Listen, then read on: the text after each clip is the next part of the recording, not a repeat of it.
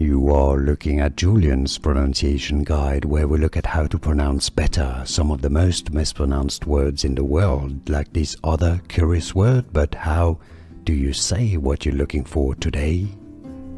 We are looking at how to pronounce these names, and we'll be looking at how to say more names from Greek mythology. There are many mispronounced, sorry for the confusion, so make sure to stay tuned to the channel to learn more.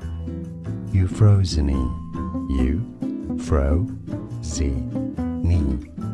Euphrosyne or Euphrosyne, the goddess of good cheer, joy and mirth. Euphrosyne. And now you know. Like this video if you found it useful. I appreciate your support, and thanks for watching. Here are more videos on how to pronounce more confusing words and names too many mispronounced. Like this video if you found it useful. I appreciate your support. I'll see you soon, and thanks for watching.